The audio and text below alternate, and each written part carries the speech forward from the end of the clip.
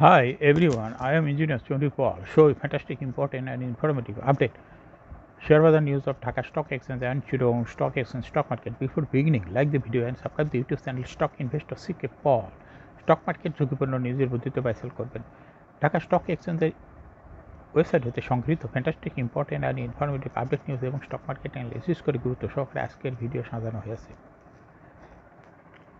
Now focus you একটু পরে stock মার্কেটের তালিকাভুক্ত কোম্পানি ডেল্টা ব্র্যাক হাউজিং এই কোম্পানিটির ফান্ডামেন্টাল অ্যানালিসিস করবে, সঙ্গে ভিডিওতে টেকনিক্যাল আলোচনা করবো। কাজের সঙ্গে তখন ভিডিওটিতে শেয়ার বাজারে ক্ষুদ্র বিনিয়োগকারীরা উপকৃত হইবেন। যারা আমার YouTube channel engineer Chandi stock investor CK Paul এটা সাবস্ক্রাইব করছেন, তাদের অনুরোধে আজকে ডেল্টা ব্র্যাক হাউজিং এই কোম্পানিটি পিক করেছি। Now fantastic Dhaka stock exchange index update. Dhaka stock এক্সচেঞ্জের ইন্ডেক্স আজ 197.16 হ্রাস পেয়ে 197.16 বৃদ্ধি পেয়ে 197.16 বৃদ্ধি পেয়ে 5426.42 হয়েছে। অর্থাৎ আজকে ডিএসসি এক্স ইন্ডেক্স ব্যাপকভাবে বৃদ্ধি পেয়েছে।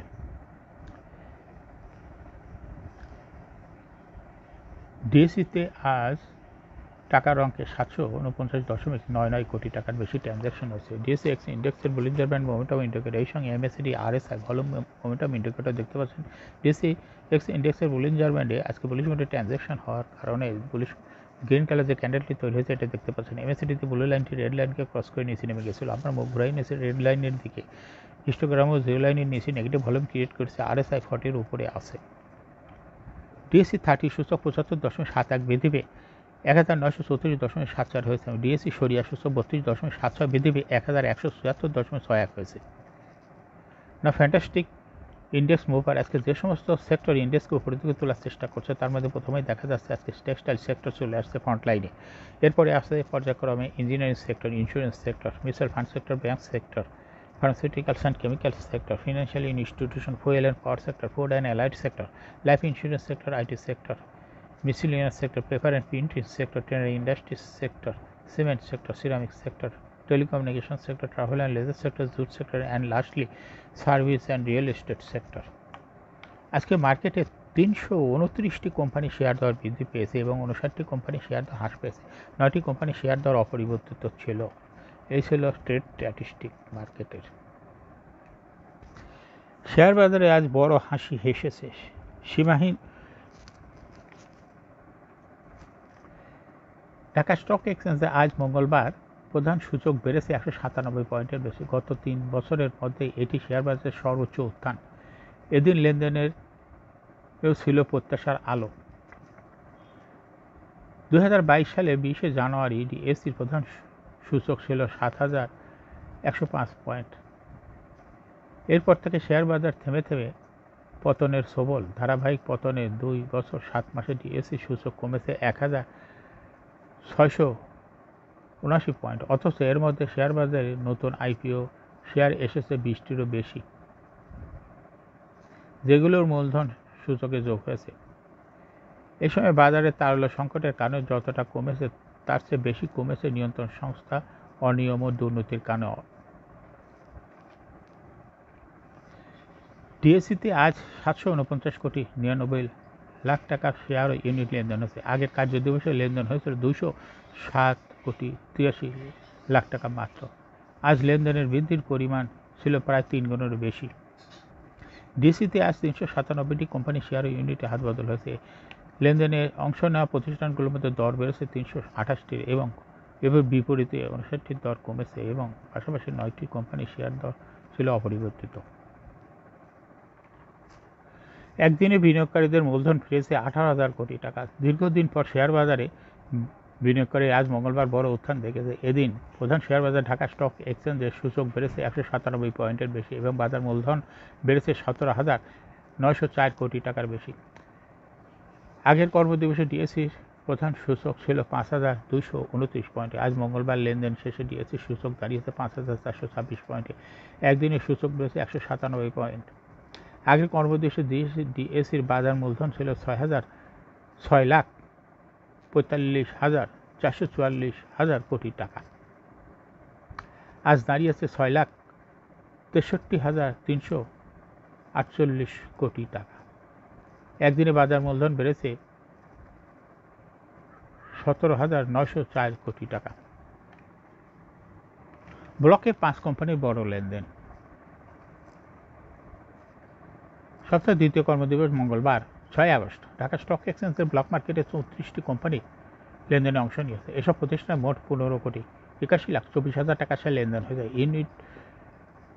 এর মধ্যে সবচেয়ে বেশি লেনদেন হতে দেখা যায় 5 কোম্পানির শেয়ার। কোম্পানিগুলো হলো Tamizuddin textile, Orion infusion, BRAC bank, prime finance,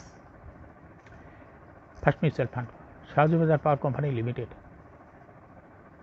এই 5 কোম্পানির মোট শেয়ার লেনদেন হয়েছে 8 কোটি 17 লাখ টাকার বেশি। প্রতিষ্ঠানগুলোর মধ্যে সবচেয়ে বেশি লেনদেন হয়েছে তমিজুদ্দিন টেক্সটাইলের এবং দ্বিতীয় সর্বোচ্চ ওরিয়ন ইনফিউশনের।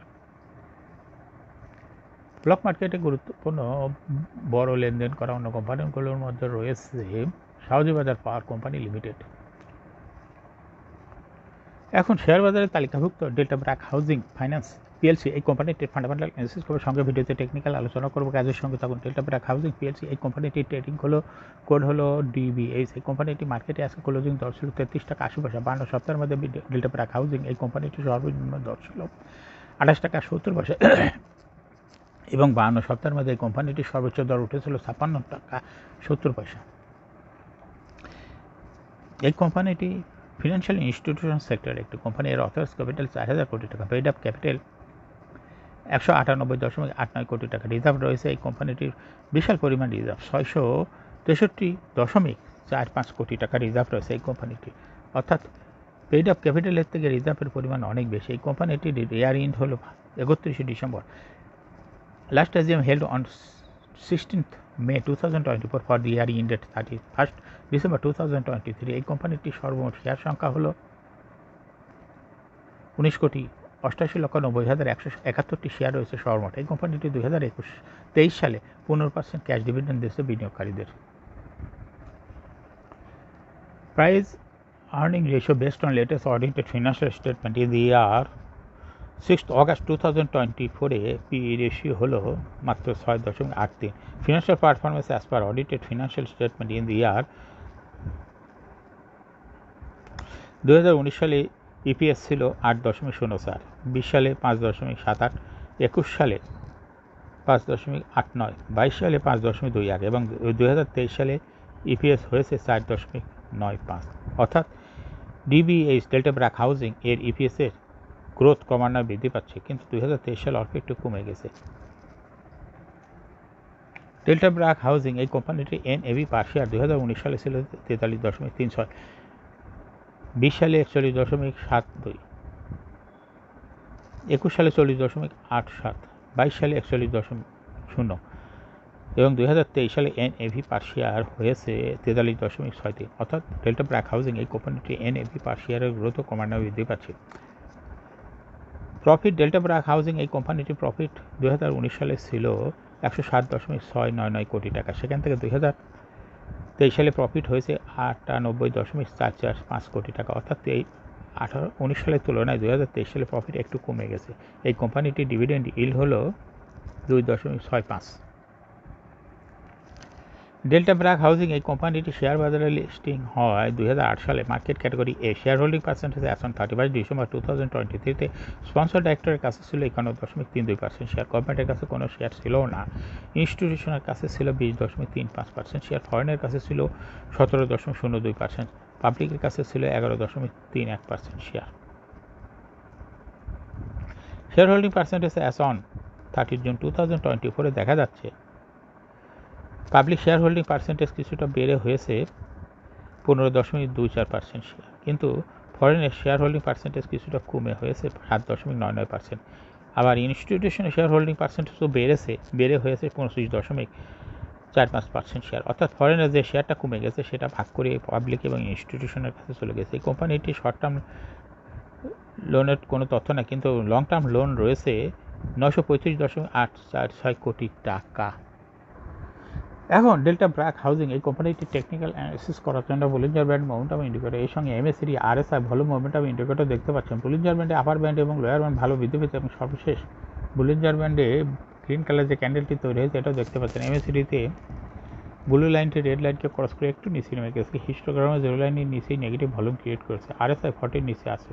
বর্তমানে ডেল্টা ব্র্যাক হাউজিং এই কোম্পানিটি একটু ভালো প্রাইস অ্যাকশন দেখাচ্ছে। এই কোম্পানির প্রায় এরকম শেয়ার দর হ্রাস বৃদ্ধির মাধ্যমে বিনিয়োগকারীদের লাভ করার সুযোগ করে দেয়। এটা একটা ইনভেস্টিং ক্যাটাগরি স্টক। এরকম fantastic important and informative update news video নিয়মিত দেখতে YouTube channel stock investor CK পল এই ইউটিউব চ্যানেলটি সাবস্ক্রাইব না করে থাকলে এখনই এই ইউটিউব চ্যানেলটি সাবস্ক্রাইব করুন, সঙ্গে লাইক করুন, শেয়ার করুন। এই ভিডিওটি ফেসবুকে শেয়ার করুন, টুইটারে শেয়ার করুন এবং হোয়াটসঅ্যাপের মাধ্যমে শেয়ার করে আপনার ফ্রেন্ডস অ্যান্ড ফ্যামিলিকে শেয়ার মার্কেট সম্পর্কে জানার সুযোগ করে দিতে পারেন। যারা already YouTube channel stock investor CK Pal এটা সাবস্ক্রাইব করছেন তাদেরকে অসংখ্য ধন্যবাদ। Thank you for watching this video.